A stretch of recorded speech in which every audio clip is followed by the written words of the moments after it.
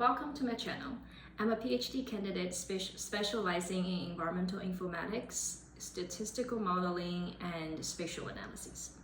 Today I want to talk real quick about some of my thoughts recently about modeling, and sometimes we don't really need complex models.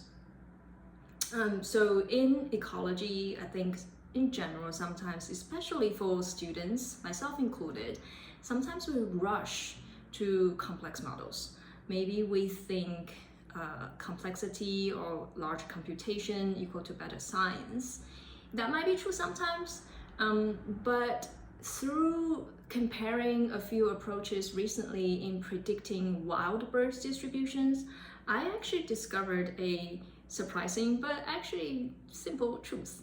Sometimes a very old method or simple method like kriging can actually do the job just as well with a fraction of the headaches. And this is especially true if your species is strongly influenced by spatial structures.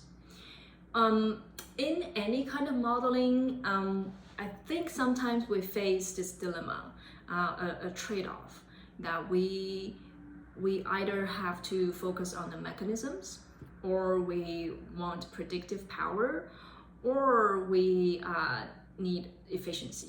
And we feel like sometimes we have to sacrifice efficiency for accuracy. So in my approach recently, I put these three quote-unquote philosophies together and just three different modeling approaches together and then did a comparison. What I found is that sometimes we don't really need to sacrifice efficiency for accuracy. And here's what I want to show you. On our left, we have a joint species distribution model. It is a complex and computationally intensive. It does capture the mechanisms.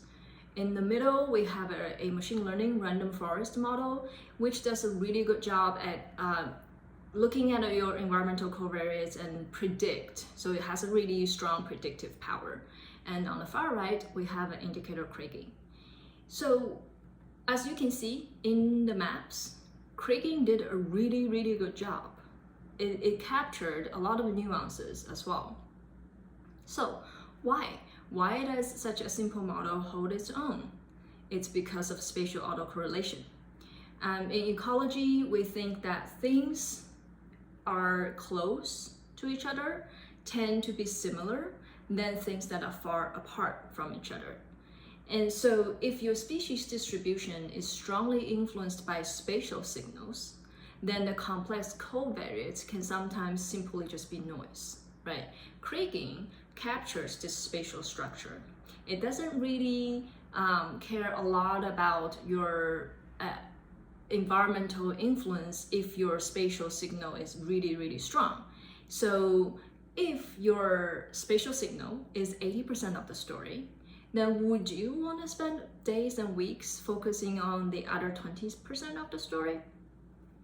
Not for me. I think this, again, these are not literal percentages. I'm not saying that you have to have 80% of spatial signal for you to consider kriging. I'm just saying sometimes if those spatial structures are strongly influencing your species, then perhaps spatial interpolation itself is enough to capture the trend and the pattern.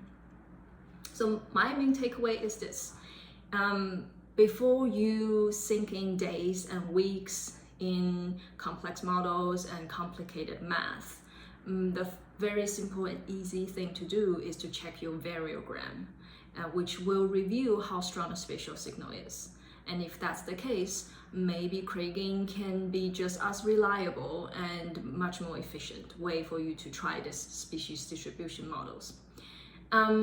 And that's what I want to share today. And then next time I will delve into a little bit more in details in the comparison of those three methods, and maybe talk a little bit more about why I'm thinking about comparing them in the first place. I will see you there.